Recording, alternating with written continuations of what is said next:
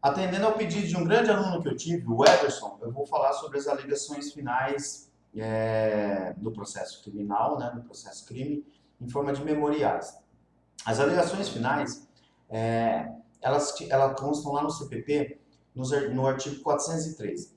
Basicamente, pelo menos em tese, elas deveriam ser orais. Sempre a acusação primeiro, depois a defesa, prazo de 20 minutos, prorrogável por mais 10, ou seja, oral. Claro que o próprio dispositivo determina no parágrafo terceiro que, sendo complexo a situação, o caso, né, o processo, elas serão realizadas em forma de memoriais, ou seja, escritas. É sobre essas, as escritas, que eu vou falar rapidamente aqui, como que ela, não apenas como ela deve ser feita, mas pelo menos como eu faço, né? É muito pretensão minha, seria muito arrogante de minha parte querer falar como que vocês devem fazer. Bom, alegações finais, memoriais. É uma das peças que eu considero uma das mais simples do processo penal. Ela é fácil de fazer, às vezes pode ser demorada. Não confundam ser fácil de se realizar uma peça com ela ser demorada ou não, porque pode ter muitos pontos que você tem que explorar. Um professor meu, que eu tive na faculdade, o professor Valdecir Pagani, de processo civil, veja que coisa interessante. Ele dizia assim, uma petição, ela é bem simples. Ela é fato, é uma conta, fato mais direito igual a pedido. No processo penal, quando se trata de alegações finais, isso também pode ser muito bem explorado. Porque você vai contar uma história, vai dizer o direito do seu cliente, aqui eu estou indo pelo lado do advogado, da defesa, e fazer o pedido final. A questão é, esse fato é muito complexo? Quantos direitos você está defendendo ali, explorando nessa petição, nesse processo, nessas alegações finais, que aí, com base nesse montante de direitos, é que você vai ter um, dois, três ou quatro pedidos, ou enfim, quantos pedidos forem necessários. Então, alegações finais começam simples. Excelentíssimo cabeçalho, excelentíssimo senhor doutor juiz de direito da vara X da comarca tal. Espaço, autos número, eu pelo menos assim, autos número tal, põe o número do processo. E aí, fulano de tal, já qualificado, nos autos em tela de processo crime que ele move à justiça pública, vem através de seus advogados, com devido respeito e acatamento, apresentar dois pontos, alegações finais, de acordo com os fatos e fundamentos que passa a expor. Agora que são elas. Eu sempre coloco uma introdução. Introdução, introito, pequena introdução, enfim, como você queira nomenclaturar. Aí vai de cada um. Introdução, e eu conto o que aconteceu no processo. Então, o acusado, uma pessoa, fulano de tal, doravante acusado, está sendo, recai sobre ele a acusação de ter cometido o crime de X, capturado no artigo tal do Código Penal, lei, legislação extravagante, enfim. E aí você conta o que aconteceu rapidamente, o que aconteceu nesse processo. Fala sobre testemunhas, diligências, se ele está preso ou não, quanto tempo ele ficou preso, enfim, você vai relatar o processo. Não precisa ser nada minucioso, mas é interessante você demonstrar que conhece o processo bem. Agora que são elas no sentido do direito seu. Por quê? O que você quer nesse processo? Você quer apenas, obviamente, entre aspas, absolvição? Por que eu falo apenas absolvição?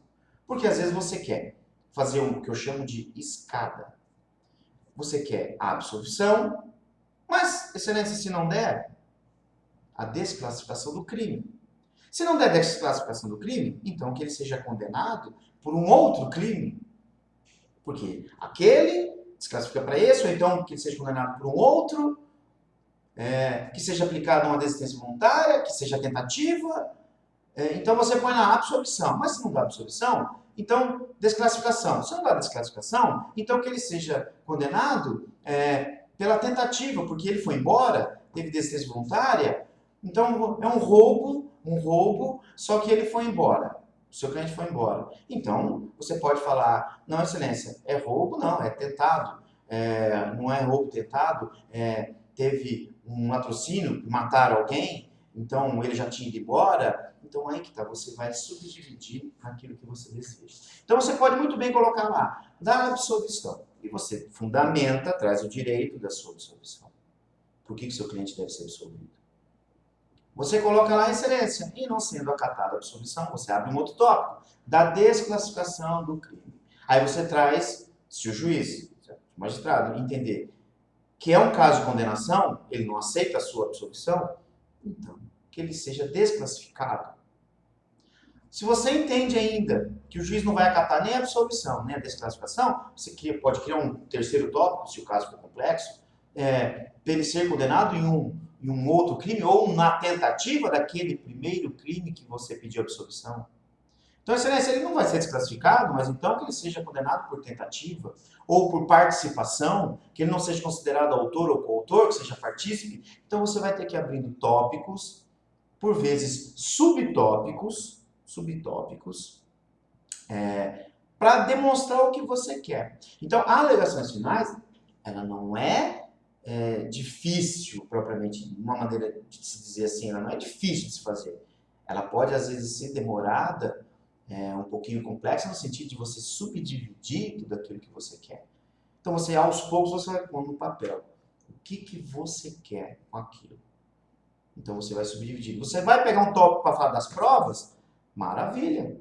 Você fala da absolvição, você fala, como foi demonstrado na prova testemunhal, doravante explorado em tópico específico, e lá embaixo, você abre lá, das provas, um tópico específico, tópico 5, 6, 3, 4, não sei, das provas, aí você, 4.A, 3.A, das provas testemunhais, e aí você fala das testemunhas, das provas periciais, aí você fala das perícias.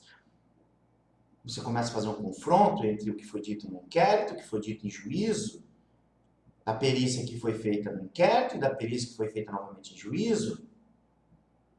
A prova que foi feita lá no inquérito, ela foi repetida em juízo, se foi, como foi, por exemplo, um reconhecimento de pessoa, um reconhecimento de objeto, de coisa. Lá na delegacia, ocorreu de tal maneira, em juízo, de outra maneira. Então você vai abrindo tópicos e subtópicos. Para daí, depois de tudo isso que você demonstrou, absolvição, desclassificação, condenação, você pode ainda abrir um tópico da pena. Caso Vossa Excelência entenda que ele deva sim efetivamente ser condenado, a defesa entende que deveria ser a pena mínima. Por quê? Fundamento por que tem que ser pena mínima. Ou seja, o advogado tem que explorar tudo que está ao alcance dele. Desde a absolvição até a condenação pior, pelo crime pior, ou todos os crimes que ele esteja sendo acusado naquele processo, mas mesmo assim você, mesmo sendo condenado, você abre um tópico que fala que ele tem que ser condenado pela pena mínima. Explica o porquê. Porque provavelmente o promotor do outro lado também fez um tópico específico nas alegações finais dele, sugerindo uma pena X. E você rebate isso. Você fala que a sua pena tem que ser Y, menos, ou a mínima, ou abaixo do mínimo, de acordo com a dosimetria da pena. Né? Tem que é trifásico o nosso sistema. Entendeu? E aí, no final do requerimento, posto isso, requer. O que você quer? Excelência, que seja absolvido. 2, em não sendo acatado o item anterior da absolvição, que o crime seja desclassificado para tal. 3, em não sendo aceita a absolvição e a desclassificação, que ele seja condenado por tentativa, que ele seja, se for condenado ainda, que seja por participação e não uma autoria ou coautoria, tudo isso que você já explorou lá em cima. Beleza? O problema maior hoje, atualmente, para você fazer uma peça dessa na prova da OAB, é o tempo e o fato de você ter que fazer manuscrito. Pode chegar um dia que a OAB venha e coloque computadores para que o acadêmico faça, que seria bem interessante, mas aí você teríamos um problema de logística de computador, sala, maquinário, mas seria interessante. A pessoa senta e começa a digitar e manda imprimir. Tem uma impressora, numa sala, vai a dica aí, ó, imprime e pronto, tá aqui a prova. Logicamente, esse computador vai estar ligado em internet, em lugar nenhum, ali, apenas em rede para uma impressora. Entendeu? Não tem como fazer uma cola, copia e cola. Mas, enfim, espero, meu querido Everson, espero que assim eu possa ter te dado uma força aí para as suas dúvidas futuras. Grande abraço, meu querido. Grande abraço a todos.